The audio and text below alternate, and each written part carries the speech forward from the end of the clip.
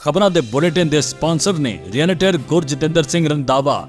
ਹਰ ਤਰ੍ਹਾਂ ਦੀ ਪ੍ਰਾਪਰਟੀ ਖਰੀਦਣ ਤੇ ਵੇਚਣ ਲਈ ਤੁਸੀਂ ਕਾਲ ਕਰ ਸਕਦੇ ਹੋ। ਸਤਿ ਸ਼੍ਰੀ ਅਕਾਲ ਜੀ, ਤੁਸੀਂ ਦੇਖ ਰਹੇ ਹੋ ਪੰਜਾਬ ਮਿਲ USA ਟੀਵੀ ਤੇ ਮੈਂ ਸੁਰਭੀ। ਖਬਰਾਂ ਦੇ ਇਸ ਬੁਲੇਟਿਨ 'ਚ ਬਹੁਤ-ਬਹੁਤ ਸਵਾਗਤ। ਪੇਸ਼ ਆਨ ਦੇਸ਼ ਤੇ ਵਿਦੇਸ਼ ਨਾਲ ਜੁੜੀਆਂ ਹੋਈਆਂ ਕੁਝ ਖਾਸ ਤੇ ਚੋਣਵੀਆਂ ਖਬਰਾਂ। ਕੈਨੇਡਾ 'ਚ 3,54,000 ਪ੍ਰਵਾਸੀਆਂ ਨੂੰ ਮਿਲੀ ਸਿਟੀਜ਼ਨਸ਼ਿਪ।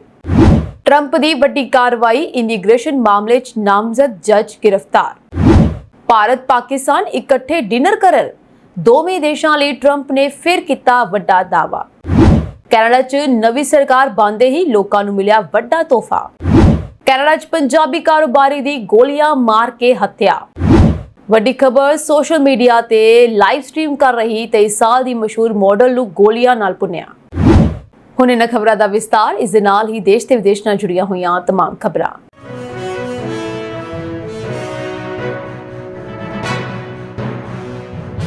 ਕੈਨੇਡਾ ਵੱਲੋਂ ਲੱਖਾਂ ਦੀ ਗਿਣਤੀ ਵਿੱਚ ਵੀਜ਼ਾ ਅਰਜ਼ੀਆਂ ਰੱਦ ਕੀਤੇ ਜਾਣ ਦਰਮਿਆਨ ਜਨਵਰੀ ਤੋਂ ਮਾਰਚ ਤੱਕ 1,04,300 ਪ੍ਰਵਾਸੀਆਂ ਨੂੰ PR ਦਿੱਤੀ ਗਈ ਅਤੇ 8,53,000 ਅਰਜ਼ੀਆਂ ਇਮੀਗ੍ਰੇਸ਼ਨ ਤੇ ਸਿਟੀਜ਼ਨਸ਼ਿਪ ਵਿਭਾਗ ਕੋਲ ਵਿਚਾਰ ਅਧੀਨ ਹਨ।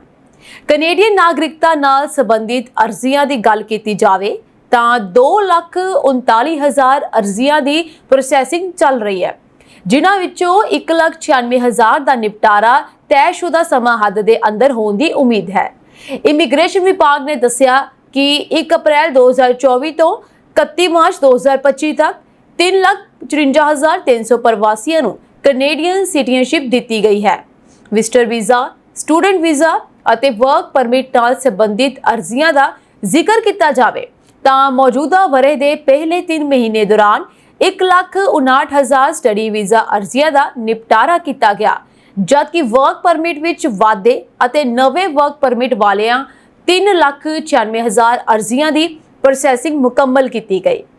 ਦੱਸ ਦਈਏ ਕਿ ਇਮੀਗ੍ਰੇਸ਼ਨ ਵਿਭਾਗ ਕੋਲ 20 ਲੱਖ ਤੋਂ ਵੱਧ ਵੀਜ਼ਾ ਅਰਜ਼ੀਆਂ ਵਿਚਾਰ ਅਧੀਨ ਹਨ, ਜਿਨ੍ਹਾਂ ਵਿੱਚੋਂ 7,80,000 ਬੈਕਲੌਗ ਵਿੱਚ ਮੰਨੀਆਂ ਜਾ ਰਹੀਆਂ ਹਨ। ਵਿਜ਼ਟਰ ਵੀਜ਼ਾ ਤੇ ਕੈਨੇਡਾ ਪੁੱਜੇ ਲੋਕ ਆਪਣੀ ਵੀਜ਼ਾ ਮਿਆਦ ਵਿੱਚ ਵਾਧਾ ਕਰਵਾਉਂਦਿਆਂ ਵੱਧ ਤੋਂ ਵੱਧ ਸਮਾਂ ਮੁਲਕ ਵਿੱਚ ਰਹਿਣ ਨੂੰ ਤਰਜੀਹ ਦੇ ਰਹੇ ਹਨ। 2019 ਵਿੱਚ ਅਜਿਹੇ ਲੋਕਾਂ ਦੀ ਗਿਣਤੀ 1,97,000 ਦਰਜ ਕੀਤੀ ਗਈ, ਜੋ ਕਿ 2024 ਤੱਕ ਵੱਧ ਕੇ 3,90,000 ਦੇ ਨੇੜੇ ਪੁੱਜਦੀ ਨਜ਼ਰ ਆਈ। ਕੈਨੇਡਾ ਵਿੱਚ ਮੌਜੂਦ ਹੁੰਦਿਆਂ ਵਿਜ਼ਟਰ ਵੀਜ਼ਾ ਮਿਆਦ ਵਿੱਚ ਵਾਧੇ ਦੀਆਂ ਸੰਭਾਵਨਾਵਾਂ ਕਾਫੀ ਵੱਧ ਜਾਂਦੀਆਂ ਹਨ ਅਤੇ 95% ਅਰਜ਼ੀਆਂ ਪ੍ਰਵਾਨ ਹੋਣ ਦੀ ਰਿਪੋਰਟ ਹੈ। ਸੋ ਉਧਰ ਸਟੱਡੀ ਵੀਜ਼ਾ ਅਰਜ਼ੀਆਂ ਰੱਦ ਹੋਣ ਦੀ ਰਫ਼ਤਾਰ ਬਹੁਤ ਜ਼ਿਆਦਾ ਹੋਣ ਕਾਰਨ ਭਾਰਤੀ ਵਿਦਿਆਰਥੀ ਹੁਣ ਆਇਰਲੈਂਡ ਵਰਗੇ ਮੁਲਕਾਂ ਨੂੰ ਤਰਜੀਹ ਦੇ ਰਹੇ ਹਨ, ਜਿਸ ਦੇ ਮੱਦੇਨਜ਼ਰ ਕੈਨੇਡਾ ਦੇ ਸਟੱਡੀ ਵੀਜ਼ਾ ਲਈ 2024 ਦੌਰਾਨ ਪੁੱਜੀਆਂ ਅਰਜ਼ੀਆਂ ਦੀ ਗਿਣਤੀ 4,69,000 ਰਹਿ ਗਈ, ਜੋ ਕਿ 2023 ਦੇ ਵਿੱਚ 8,68,000 ਦਰਜ ਕੀਤੀ ਗਈ ਸੀ। ਕੈਨੇਡਾ ਤੋਂ ਇਲਾਵਾ ਆਸਟ੍ਰੇਲੀਆ, UK ਅਤੇ ਅਮਰੀਕਾ ਦੇ ਸਟੱਡੀ ਵੀਜ਼ਾ ਲਈ ਵੀ ਕੌਮਾਂਤਰੀ ਵਿਦਿਆਰਥੀਆਂ ਵੱਲੋਂ ਅਰਜ਼ੀਆਂ ਵਿੱਚ ਵੱਡੀ ਕਮੀ ਆਈ ਹੈ। ਚੇਤੇ ਰਹੇ ਕਿ ਕੈਨੇਡੀਅਨ ਇਮੀਗ੍ਰੇਸ਼ਨ ਦੇ ਇਤਿਹਾਸ ਵਿੱਚ ਪਹਿਲੀ ਵਾਰ ਇੱਕ ਕੈਲੰਡਰ ਵਰ੍ਹੇ ਦੌਰਾਨ 23 ਲੱਖ ਤੋਂ ਵੱਧ ਵੀਜ਼ਾ ਅਰਜ਼ੀਆਂ ਰੱਦ ਕੀਤੀਆਂ ਗਈਆਂ। 2024 ਦੇ ਹੈਰਾਨਕੁਨ ਆંકੜੇ ਦਰਸਾਉਂਦੇ ਹਨ ਕਿ ਟੈਂਪਰੇਰੀ ਰੈਜ਼ੀਡੈਂਟ ਦੀਆਂ ਕੁੱਲ ਅਰਜ਼ੀਆਂ ਵਿੱਚੋਂ 50% ਸਿੱਧੇ ਤੌਰ ਤੇ ਰੱਦ ਹੋ ਗਈਆਂ ਅਤੇ ਇਹ ਆંકੜਾ 23,50,000 ਰਹਿ ਗਿਆ। 2023 ਵਿੱਚ 18 ਲੱਖ ਵੀਜ਼ਾ ਅਰਜ਼ੀਆਂ ਰੱਦ ਕੀਤੀਆਂ ਗਈਆਂ ਸਨ। ਸਭ ਤੋਂ ਵੱਧ ਸਖਤੀ ਵਿਜ਼ਟਰ ਵੀਜ਼ਾ ਮੰਗਣ ਵਾਲਿਆਂ ਦੇ ਨਾਲ ਵਰਤੀ ਗਈ ਅਤੇ 54% ਅਰਜ਼ੀਆਂ ਰੱਦ ਹੋਈਆਂ, ਜਦਕਿ 2023 ਵਿੱਚ 40% ਅਰਜ਼ੀਆਂ ਰੱਦ ਹੋਈਆਂ ਸਨ। ਦੂਜੇ ਪਾਸੇ ਇਮੀਗ੍ਰੇਸ਼ਨ ਵਿਭਾਗ ਵੱਲੋਂ 3 ਮਹੀਨੇ ਬਾਅਦ ਕੈਨੇਡੀਅਨ ਤਜਰਬੇ ਵਾਲੀ ਸ਼੍ਰੇਣੀ ਵਿੱਚ ਐਕਸਪ੍ਰੈਸ ਐਂਟਰੀ ਦਾ ਡਰਾ ਕੱਢਦਿਆਂ 500 ਉਮੀਦਵਾਰਾਂ ਨੂੰ PR ਲਈ ਅਰਜ਼ੀ ਦਾਖਲ ਕਰਨ ਦਾ ਸੱਦਾ ਦਿੱਤਾ ਗਿਆ। ਘੱਟੋ-ਘੱਟ CRS 547 ਰਿਹਾ ਅਤੇ ਯੋਗ ਉਮੀਦਵਾਰਾਂ ਨੂੰ 21 ਮਈ ਤੱਕ ਪ੍ਰੋਫਾਈਲ ਕ੍ਰੀਏਟ ਕਰਨ ਦੀ ਹਦਾਇਤ ਦਿੱਤੀ ਗਈ। ਇਮੀਗ੍ਰੇਸ਼ਨ ਨੀਤੀਆਂ ਦੇ ਮੁੱਦੇ ਤੇ ਟਰੰਪ ਸਰਕਾਰ ਦੀ ਹਾਂ ਵਿੱਚ ਹਾਂ ਮਿਲਾਉਣ ਤੋਂ ਨਾ ਕਰਨ ਵਾਲੇ ਜੱਜਾਂ ਦੀ ਗ੍ਰਿਫਤਾਰੀ ਦਾ ਸਿਲਸਿਲਾ ਸ਼ੁਰੂ ਹੋ ਚੁੱਕਿਆ ਹੈ ਅਤੇ ਫੈਡਰਲ ਜਿਊਰੀ ਵੱਲੋਂ ਮਿਲਵੋਕੀ ਕਾਉਂਟੀ ਸਰਕਟ ਦੀ ਜੱਜ ਹਾਨਾ ਡਗਨ ਵਿਰੁੱਧ ਮੰਗਲਵਾਰ ਨੂੰ ਦੋਸ਼ ਆਇਦ ਕਰ ਦਿੱਤੇ ਗਏ ਸੀ। ਡੈਮੋਕ੍ਰੈਟਿਕ ਪਾਰਟੀ ਨੇ ਦੋਸ਼ ਲਾਇਆ ਕਿ ਟਰੰਪ ਸਰਕਾਰ ਹਾਨਾ ਡਗਨ ਵਿਰੁੱਧ ਕਾਰਵਾਈ ਰਾਹੀਂ ਹੋਰਨਾਂ ਨੂੰ ਡਰਾਉਣਾ ਚਾਹੁੰਦੀ ਹੈ। ਸੋ ਡਗਨ ਵਿਰੁੱਧ ਦੋਸ਼ ਹੈ ਕਿ ਉਹਨਾਂ ਨੇ ਮੈਕਸੀਕੋ ਨਾਲ ਸੰਬੰਧਿਤ ਗੈਰ ਕਾਨੂੰਨੀ ਪ੍ਰਵਾਸੀ ਨੂੰ ਇਮੀਗ੍ਰੇਸ਼ਨ ਅਤੇ ਕਸਟਮ ਇਨਫੋਰਸਮੈਂਟ ਵਾਲਿਆਂ ਦੀ ਗ੍ਰਿਫਤਾਰੀ ਤੋਂ ਬਚਾਉਣ ਲਈ ਫਰਾਰ ਹੋਣ ਦਾ ਰਾਹ ਮੁਹੱਈਆ ਕਰਵਾਇਆ। ਮੈਕਸੀਕੋ ਨਾਲ ਸੰਬੰਧਿਤ ਗੈਰ ਕਾਨੂੰਨੀ ਪ੍ਰਵਾਸੀ ਨੂੰ 2013 ਵਿੱਚ ਡਿਪੋਰਟ ਕਰ ਦਿੱਤਾ ਗਿਆ, ਪਰ ਉਹ ਕਿਸੇ ਤਰੀਕੇ ਮੁੜ ਅਮਰੀਕਾ ਦਾਖਲ ਹੋਣ ਵਿੱਚ ਸਫਲ ਰਿਹਾ। FBI ਵੱਲੋਂ ਦਾਖਲ ਹਲਫਨਾਮੇ ਮੁਤਾਬਕ ਆਈਸ ਏਜੰਟਾਂ ਦੀ ਅਦਾਲਤ ਵਿੱਚ ਮੌਜੂਦਗੀ ਤੋਂ ਹਾਨਾ ਡਗਨ ਬੇहद ਗੁੱਸੇ ਵਿੱਚ ਸੀ ਅਤੇ ਉੱਠ ਕੇ ਆਪਣੇ ਚੈਂਬਰ ਵਿੱਚ ਚਲੀ ਗਈ।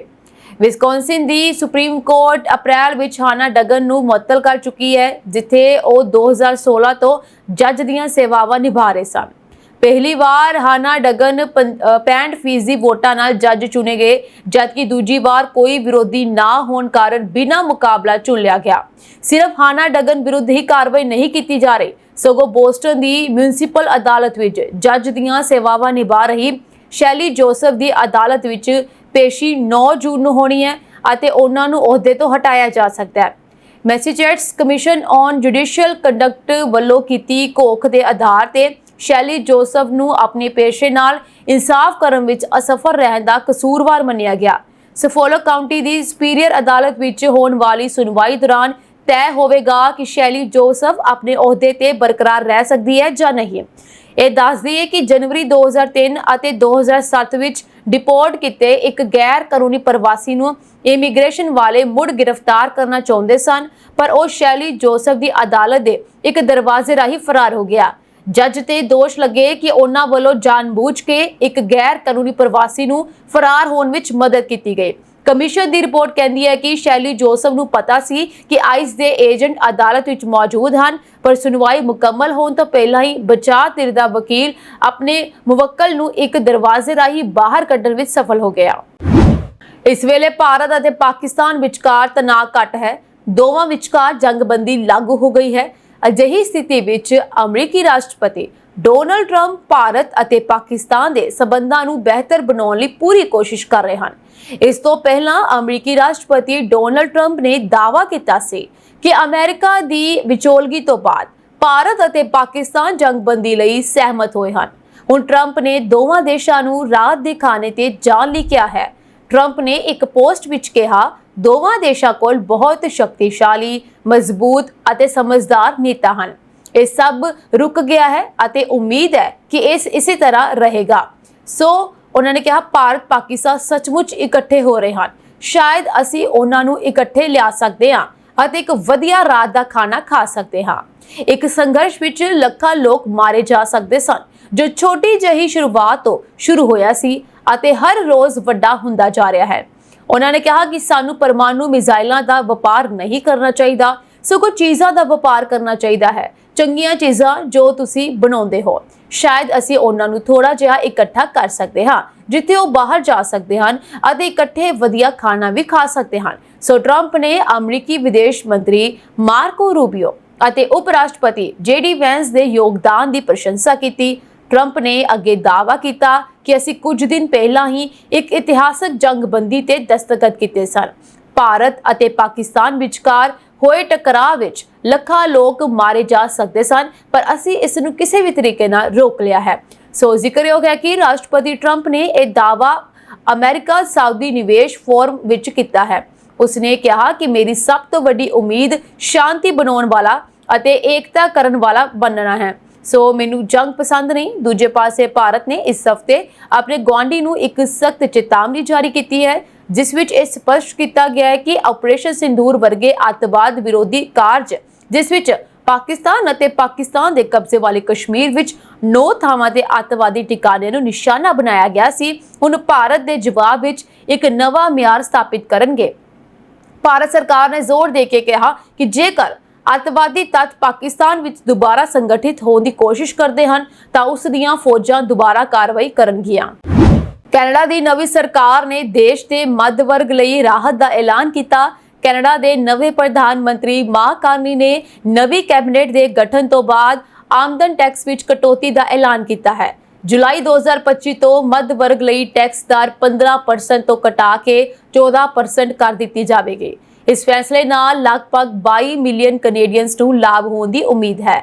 ਸਰਕਾਰੀ ਅਨੁਮਾਨਾਂ ਦੇ ਅਨੁਸਾਰ 2 ਆਮਦਨ ਵਾਲਾ ਪਰਿਵਾਰ 2026 ਤੱਕ ਸਾਲਾਨਾ 840 ਅਮਰੀਕੀ ਡਾਲਰ ਤੱਕ ਦੀ ਬਚਤ ਕਰ ਸਕਦਾ ਹੈ।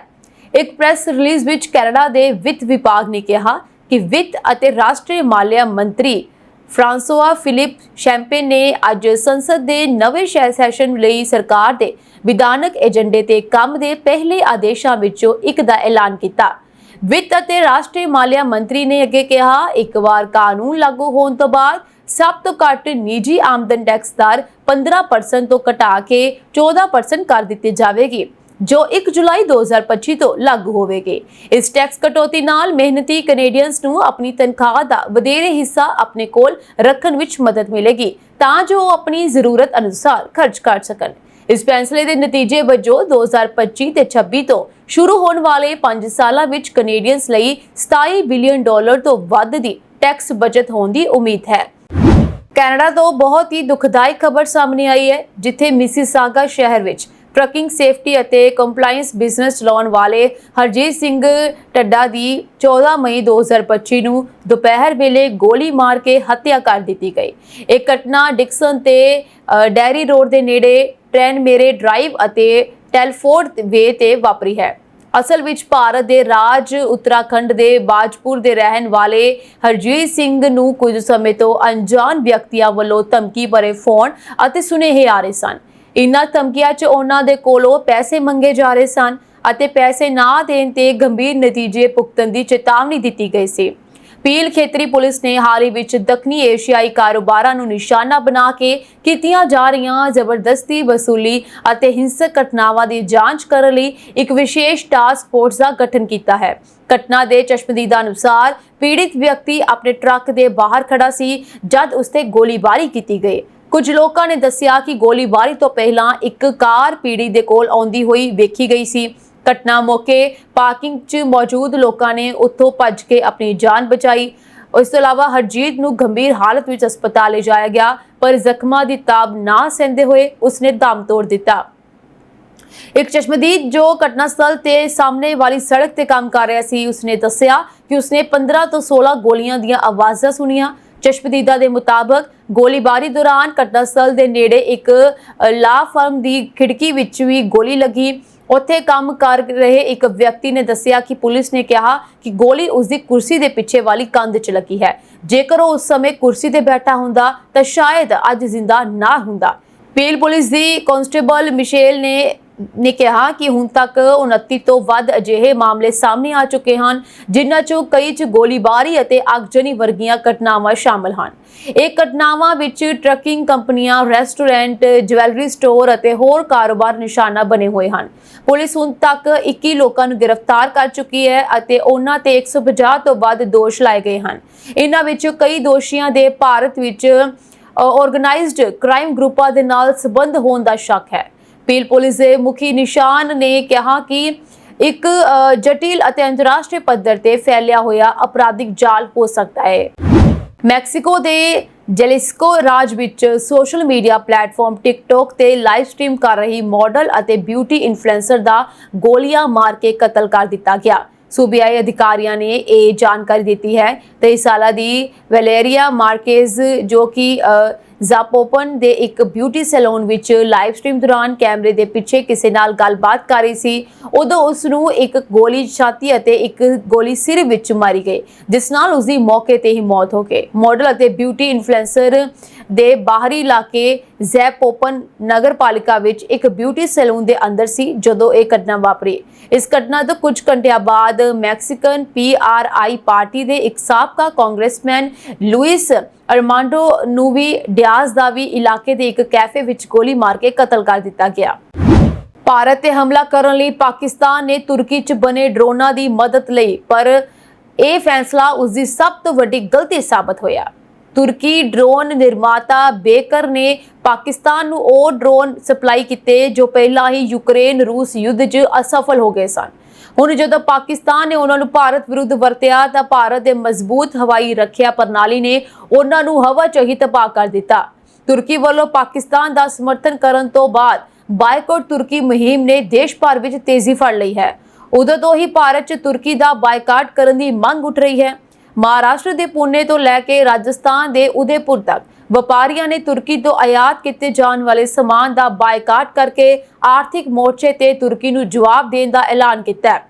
महाराष्ट्र ਦੇ पुणे ਦੇ ਵਪਾਰੀਆਂ ਨੇ ਤੁਰਕੀ ਤੋਂ ਆਯਾਤ ਕੀਤੇ ਸੇਬ ਵੇਚਣੇ ਪੂਰੀ ਤਰ੍ਹਾਂ ਬੰਦ ਕਰ ਦਿੱਤੇ ਹਨ। ਇਹ ਸੇਬ ਸਥਾਨਕ ਬਾਜ਼ਾਰਾਂ ਵਿੱਚੋਂ ਗਾਇਬ ਹੋ ਗਏ ਅਤੇ ਗ੍ਰਾਹਕਾਂ ਨੇ ਵੀ ਇਹਨਾਂ ਦਾ ਬਾਈਕਾਟ ਕਰ ਦਿੱਤਾ।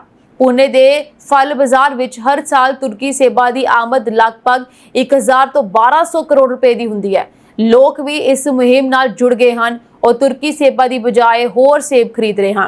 व्यापारियों का कहना है कि यह सिर्फ पैसे का मामला नहीं है, यह साडी फौज और सरकार नाल एकता दिखाने का साडा तरीका है।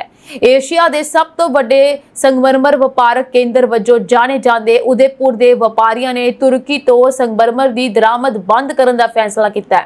इसका कारण तुर्की का पाकिस्तान नूं समर्थन है।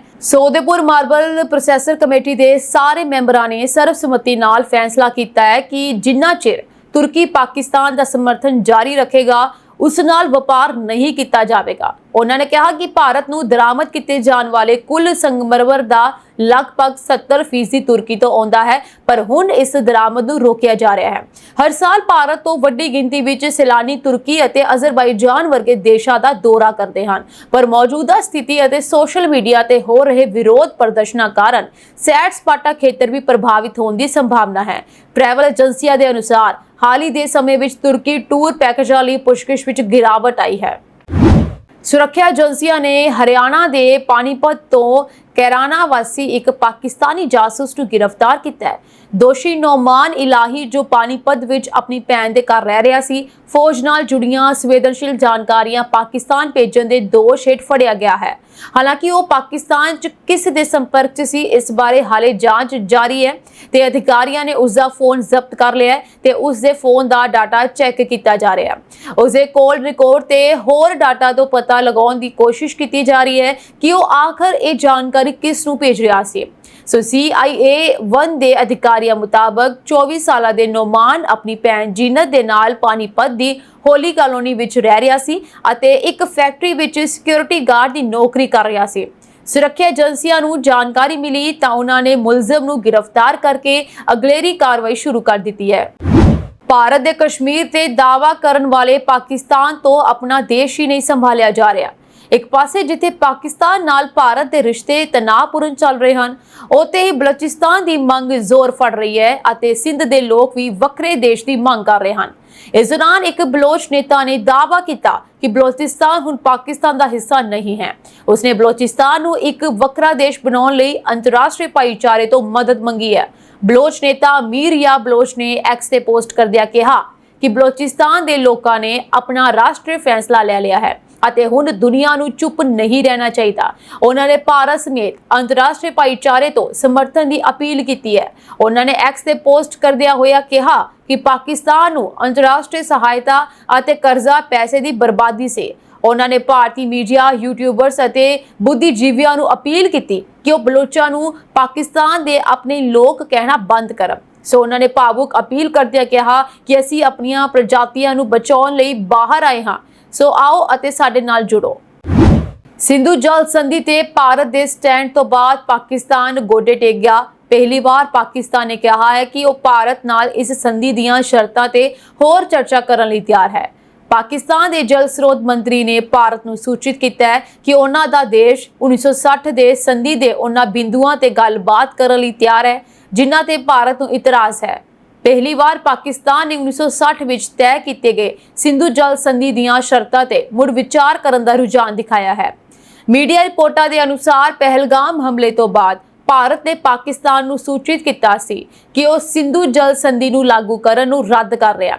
इस तो बाद पिछले एक महीने तो पाकिस्तान की पानी प्रति चिंता साफ दिखाई दे रही है। ये भारत सरकार दीयां चिंतावां अते इतराज़ां ते विचार करन लई तैयार है। इंडियन एक्सप्रैस की रिपोर्ट अनुसार पाकिस्तान ने भारत के इतराज़ां ते चर्चा करने की पेशकश की है।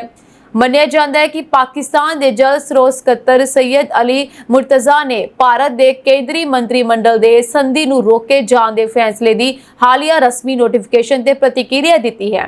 हालांकि मामले तो जानू सूत्रा के हवाले नाल रिपोर्ट विच कहा गया है कि मुर्तज़ा ने फैसले के आधार पर सवाल उठाए हैं। ਭਾਰਤ ਦੇ ਇਤਰਾਜ਼ਾਂ ਤੇ ਚਰਚਾ ਕਰਨ ਲਈ ਪਾਕਿਸਤਾਨ ਦੀ ਪੇਸ਼ਕਸ਼ ਖਾਸ ਤੌਰ ਤੇ ਮਹੱਤਵਪੂਰਨ ਹੈ ਕਿਉਂਕਿ ਜਨਵਰੀ 2023 ਅਤੇ ਫਿਰ ਸਤੰਬਰ 2024 ਵਿੱਚ ਦੋ ਨੋਟਿਸਾਂ ਦੇ ਬਾਵਜੂਦ ਪਾਕਿਸਤਾਨ ਨੇ ਅਜੇ ਤੱਕ ਆਪਣੀ ਸਪਸ਼ਟ ਇੱਛਾ ਪ੍ਰਗਟ ਨਹੀਂ ਕੀਤੀ ਹੈ। ਚੀਨ ਵੱਲੋਂ ਅਰੁਣਾਚਲ ਪ੍ਰਦੇਸ਼ ਦੀਆਂ ਕੁਝ ਥਾਵਾਂ ਤੇ ਨਾਮ ਬਦਲੇ ਜਾਣ ਦੀਆਂ ਕੋਸ਼ਿਸ਼ਾਂ ਦਰਮਿਆਨ ਭਾਰਤ ਨੇ ਚੀਨੀ ਅਖਬਾਰ ਗਲੋਬਲ ਟਾਈਮਜ਼ ਤੇ ਖਬਰ ਏਜੰਸੀ ਸਿਨੂਹਾ ਦੇ ਐਕਸ ਖਾਤਿਆਂ ਤੇ ਪਾਬੰਦੀ ਲਗਾ ਦਿੱਤੀ। ਭਾਰਤ ਨੇ ਕਾਰਵਾਈ ਅਜਿਹੇ ਮੌਕੇ ਤੇ ਕੀਤੀ ਹੈ ਜਦੋਂ ਅਜੇ ਕੁਝ ਦਿਨਾਂ ਪਹਿਲਾਂ ਚੀਨ ਵਿੱਚ ਭਾਰਤੀ ਦੂਤਾਵਾਸ ਨੇ ਮੀਡੀਆ ਆਊਟਲੈਟਾਂ ਨੂੰ ਸੋਸ਼ਲ ਮੀਡੀਆ ਤੇ ਕੁਝ ਵੀ ਪੋਸਟ ਕਰਨ ਤੋਂ ਪਹਿਲਾਂ ਤੱਥਾਂ ਦੀ ਤਸਦੀਕ ਕਰਨ ਦੀ ਸਖਤ ਚੇਤਾਵਨੀ ਦਿੱਤੀ ਸੀ। ਭਾਰਤ ਐਮਬੈਸੀ ਨੇ ਗਲੋਬਲ ਟਾਈਮਜ਼ ਵੱਲੋਂ ਭਾਰਤੀ ਫੌਜ ਦੇ ਹਮਲਿਆਂ ਦੀ ਕਵਰੇਜ ਤੇ ਆਪਣੀ ਪ੍ਰਤੀਕਿਰਿਆ ਵਿੱਚ ਕਿਹਾ ਕਿ ਪਿਆਰੇ ਗਲੋਬਲ ਟਾਈਮਜ਼ ਨਿਊਜ਼, ਅਸੀਂ ਤੁਹਾਨੂੰ ਸਲਾਹ ਦੇਵਾਂਗੇ ਕਿ ਅਜਿਹੀ ਗਲਤ ਜਾਣਕਾਰੀ ਨੂੰ ਅੱਗੇ ਭੇਜਣ ਤੋਂ ਪਹਿਲਾਂ ਤੁਸੀਂ ਆਪਣੇ ਤੱਥਾਂ ਦੀ ਤਸਦੀਕ ਕਰ ਲਵੋ ਤੇ ਆਪਣੇ ਸਰੋਤਾਂ ਦੀ ਘੋਖ ਕਰ ਲਵੋ। ਇੱਕ ਹੋਰ ਪੋਸਟ ਵਿੱਚ ਦੂਤਾਵਾਸ ਨੇ ਕਿਹਾ, ਕਈ ਪਾਕਿਸਤਾਨ ਪੱਕੀ ਹੈਂਡਲ ਆਪਰੇਸ਼ਨ ਸਿੰਦੂਰ ਦੇ ਸੰਦਰਭ ਵਿੱਚ ਬੇਬੁਨਿਆਦ ਦਾਅਵੇ ਫੈਲਾ ਰਹੇ ਹਨ, ਲੋਕਾਂ ਨੂੰ ਗੁੰਮਰਾਹ ਕਰਨ ਦੀ ਕੋਸ਼ਿਸ਼ ਕਰ ਰਹੇ ਹਨ। ਜਦੋਂ ਮੀਡੀਆ ਆਊਟਲੈਟ ਸਰੋਤਾਂ ਦੀ ਪੁਸ਼ਟੀ ਕੀਤੀ ਬਿਨਾਂ ਅਜਿਹੀ ਜਾਣਕਾਰੀ ਸਾਂਝੀ ਕਰਦੇ ਹਨ ਤਾਂ ਇਹ ਜ਼ਿੰਮੇਵਾਰੀ ਅਤੇ ਪੱਤਰਕਾਰੀ ਨੈਤਿਕਤਾ ਵਿੱਚ ਇੱਕ ਗੰਭੀਰ ਕਮੀ ਨੂੰ ਦਰਸਾਉਂਦਾ ਹੈ। ਭਾਰਤੀ ਐਮਬੈਸੀ ਦੀਆਂ ਇਹ ਟਿੱਪਣੀਆਂ ਪਾਕਿਸਤਾਨੀ ਖਾਤਿਆਂ ਅਤੇ ਕੁਝ ਮੀਡੀਆ ਆਊਟਲੈਟਾਂ ਤੋਂ ਵਾਇਰਲ ਹੋਈਆਂ ਪੋਸਟਾਂ ਤੋਂ ਬਾਅਦ ਆਈਆਂ ਹਨ, ਜਿਨ੍ਹਾਂ ਵਿੱਚ ਦਾਅਵਾ ਕੀਤਾ ਗਿਆ ਸੀ ਕਿ ਬਹਾਵਲਪੁਰ ਨੇੜੇ ਇੱਕ ਭਾਰਤੀ ਰਾਫੇਲ ਜੈਟ ਨੂੰ ਡੇਗ ਦਿੱਤਾ ਗਿਆ। ਹਾਲਾਂਕਿ PIB ਫੈਕਟ ਚੈੱਕ ਟੀਮ ਨੇ ਇੱਕ ਅਜਿਹੀ ਵਾਇਰਲ ਤਸਵੀਰ ਨੂੰ ਗੁੰਮਰਾਹਕੁਨ ਦੱਸਦਿਆਂ ਕਿਹਾ ਕਿ 2021 ਦੇ ਵਿੱਚ ਇਹ ਪੰਜਾਬ ਦੇ ਮੋਗਾ ਜ਼ਿਲ੍ਹੇ ਵਿੱਚ ਇੱਕ MiG-21 ਨਾਲ ਹੋਏ ਹਾਦਸੇ ਦੀ ਸੀ। ਉੱਤਰੀ ਗਾਜ਼ਾ ਵਿੱਚ ਮੰਗਲਵਾਰ ਰਾਤ ਅਤੇ ਬੁੱਧਵਾਰ ਤੜਕੇ ਘਰਾਂ ਦੇ ਇਜ਼ਰਾਈਲੀ ਹਵਾਈ ਹਮਲਿਆਂ ਦੀ ਇੱਕ ਲੜੀ ਵਿੱਚ ਘੱਟੋ-ਘੱਟ 22 ਬੱਚੇ ਮਾਰੇ ਗਏ। ਸਥਾਨਕ ਹਸਪਤਾਲਾਂ ਨੇ ਇਹ ਜਾਣਕਾਰੀ ਦਿੱਤੀ। ਜਬਾਲੀਆ ਦੇ ਇੰਡੋਨੇਸ਼ੀਆਈ ਹਸਪਤਾਲ ਨੇ ਕਿਹਾ ਕਿ ਹਮਲਿਆਂ ਵਿੱਚ ਘੱਟੋ-ਘੱਟ 48 ਲੋਕ ਮਾਰੇ ਜਾ ਚੁੱਕੇ ਹਨ। ਇਹ ਹਮਲੇ ਅਮਰੀਕਾ ਦੀ ਵਿਚੋਲਗੀ ਵਾਲੇ ਸਮਝੌਤੇ ਤਹਿਤ ਹਮਾਸ ਵੱਲੋਂ ਇੱਕ ਇਜ਼ਰਾਈਲੀ ਅਮਰੀਕੀ ਬੰਦਕ ਨੂੰ ਰਿਹਾ ਕਰਨ ਤੋਂ ਇੱਕ ਦਿਨ ਬਾਅਦ ਹੋਏ ਹਨ।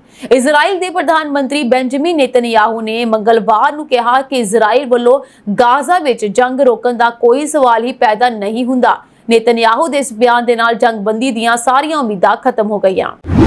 ਅਮਰੀਕਾ ਦੇ ਰਾਸ਼ਟਰਪਤੀ ਡੋਨਾਲਡ ਟਰੰਪ ਨੇ ਸੀਰੀਆ ਦੇ ਅੰਤਰਿਮ ਰਾਸ਼ਟਰਪਤੀ ਅਹਿਮਦ ਅਲ-ਸ਼ਰਾ ਨਾਲ ਸਾਊਦੀ ਅਰਬ ਵਿੱਚ ਮੁਲਾਕਾਤ ਕੀਤੀ।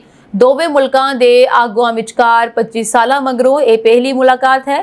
ਖਾੜੀ ਸਹਿਯੋਗ ਪਰਿਸ਼ਦ ਦੇ ਆਗੂਆਂ ਨਾਲ ਮੀਟਿੰਗ ਤੋਂ ਵੱਖ ਟਰੰਪ ਵੱਲੋਂ ਸੀਰੀਆ ਦੇ ਆਗੂ ਨਾਲ ਮੁਲਾਕਾਤ ਕੀਤੀ ਜਾਣ ਨਾਲ ਨਵੇਂ ਆਲਮੀ ਸਮੀਕਰਨ ਬਣਨੇ ਸ਼ੁਰੂ ਹੋ ਗਏ ਹਨ। ਟਰੰਪ ਨੇ ਸੀਰੀਆ ਤੇ ਸਾਬਕਾ ਤਾਨਾਸ਼ਾਹ ਬਸ਼ਰ ਅਸਦ ਦੇ ਰਾਜ ਦੌਰਾਨ ਲਾਈਆਂ ਪਾਬੰਦੀਆਂ ਹਟਾਉਣ ਦੇ ਵੀ ਸੰਕੇਤ ਦਿੱਤੇ ਹਨ। ਟਰੰਪ ਨੇ ਕਿਹਾ ਕਿ ਸਾਊਦੀ ਅਰਬ ਦੇ ਕਰਾਊਨ ਪ੍ਰਿੰਸ ਮੁਹੰਮਦ ਬਿਨ ਸਲਮਾਨ ਅਤੇ ਤੁਰਕੀ ਦੇ ਰਾਸ਼ਟਰਪਤੀ ਰੈਸਿਪ ਤੈਯਿਪ ਅਰਦੋਗਨ ਨੇ ਉਹਨਾਂ ਨੂੰ ਅਲ-ਸ਼ਰਾ ਨਾਲ ਮਿਲਣ ਲਈ ਹੱਲਾਸ਼ੇਰੀ ਦਿੱਤੀ ਹੈ। ਕਰੀਬ 33 ਮਿੰਟ ਤੱਕ ਚਲੀ ਮੀਟਿੰਗ ਦੌਰਾਨ ਮੁਹੰਮਦ ਬਿਨ ਸਲਮਾਨ ਵੀ ਹਾਜ਼ਰ ਸਨ। ਉਂਝ ਇਜ਼ਰਾਈਲੀ ਪ੍ਰਧਾਨ ਮੰਤਰੀ ਬੈਂਜਾਮਿਨ ਨੇਤਨਯਾਹੂ ਨੇ ਟਰੰਪ ਨੂੰ ਆਖਿਆ ਸੀ ਕਿ ਉਹ ਸੀਰੀਆ ਤੋਂ ਪਾਬੰਦੀਆਂ ਨਾ ਹਟਾਵੇ। ਟਰੰਪ ਅਤੇ ਸ਼ਰਾ ਵਿਚਕਾਰ ਜਿਵੇਂ ਹੀ ਮੀਟਿੰਗਾਂ ਹੋਈਆਂ ਤਾਂ ਸੀਰੀਆ ਦੇ ਲੋਕਾਂ ਨੇ ਆਤਿਸ਼ਬਾਜ਼ੀ ਕਰਕੇ ਜਸ਼ਨ ਮਨਾਇਆ। ਜ਼ਿਕਰਯੋਗ ਹੈ ਕਿ ਅਲ-ਸ਼ਰਾ ਦੇ ਅਲ-ਕਾਇਦਾ ਨਾਲ ਸੰਬੰਧ ਰਹੇ ਹਨ। ਕੈਨੇਡਾ 'ਚ ਸੋਗੀਨ ਨਦੀ ਵਿੱਚ ਡੁੱਬਣ ਨਾਲ ਬਠਿੰਡਾ ਦੇ ਇੱਕ ਨੌਜਵਾਨ ਦੀ ਮੌਤ ਹੋ ਗਈ। ਜਾਣਕਾਰੀ ਅਨੁਸਾਰ ਬਠਿੰਡਾ ਦੇ ਪਿੰਡ ਦੁੰਨੇਵਾਲਾ ਦਾ ਰਹਿਣ ਵਾਲਾ ਗਗਨਦੀਪ ਸਿੰਘ ਸਟੱਡੀ ਵੀਜ਼ੇ ਤੇ ਕੈਨੇਡਾ ਗਿਆ ਸੀ। ਇਨੀ ਦਿਨੀ ਉਹ ਕੈਨੇਡਾ ਦੇ ਬਰੈਂਪਟਨ ਸੂਬੇ ਦੇ ਨੇੜੇ ਰਹਿੰਦਾ ਸੀ। ਹਾਲ ਹੀ 'ਚ ਜਦੋਂ ਉਹ ਸੋਗੀਨ ਨਦੀ ਦੇ ਨਹਾਉਣ ਗਿਆ ਸੀ ਤਾਂ ਉਸ ਦੀ ਨਦੀ 'ਚ ਡੁੱਬਣ ਨਾਲ ਮੌਤ ਹੋ ਗਈ। ਇਹ ਖੁਲਾਸਾ ਹੋਇਆ ਹੈ ਕਿ ਮ੍ਰਿਤਕ ਨੌਜਵਾਨ ਆਪਣੇ ਮਾਪਿਆਂ ਦਾ ਇਕਲੌਤਾ ਪੁੱਤਰ ਸੀ ਅਤੇ ਕਰੀਬ 5 ਸਾਲ ਪਹਿਲਾਂ ਕੈਨੇਡਾ ਗਿਆ ਸੀ। ਇਹ ਖਬਰ ਪਿੰਡ ਪਹੁੰਚਣ ਤੋਂ ਬਾਅਦ ਪੂਰੇ ਪਿੰਡ 'ਚ ਸੋਗ ਦੀ ਲਹਿਰ ਦੌੜ ਗਈ ਹੈ। ਪਰਿਵਾਰਕ ਮੈਂਬਰਾਂ ਨੇ ਪੰਜਾਬ ਸਰਕਾਰ ਨੂੰ ਮ੍ਰਿਤਕ ਨੌਜਵਾਨ ਦੀ ਲਾਸ਼ ਭਾਰਤ ਲਿਆਉਣ ਦੀ ਅਪੀਲ ਕੀਤੀ ਹੈ। ਇਹ ਸਾਂਝੀ ਦੇਸ਼ ਤੇ ਵਿਦੇਸ਼ ਨਾਲ ਜੁੜੀਆਂ ਹੋਈਆਂ ਕੁਝ ਖਾਸ ਤੇ ਚੋਣਵੀਆਂ ਖਬਰਾਂ ਹੋਰ ਅਪਡੇਟਸ ਨਾਲ ਜੁੜੇ ਰਹਿਣ ਦੇ ਲਈ ਤੁਸੀਂ ਬਨੇ ਰਹੋ ਜੀ ਪੰਜਾਬ ਮਿਲੀ ਯੂਐਸਏ ਟੀਵੀ ਦੇ ਨਾਲ। ਤੁਹਾਡੇ ਸਭ ਦਾ ਬਹੁਤ ਬਹੁਤ ਧੰਨਵਾਦ।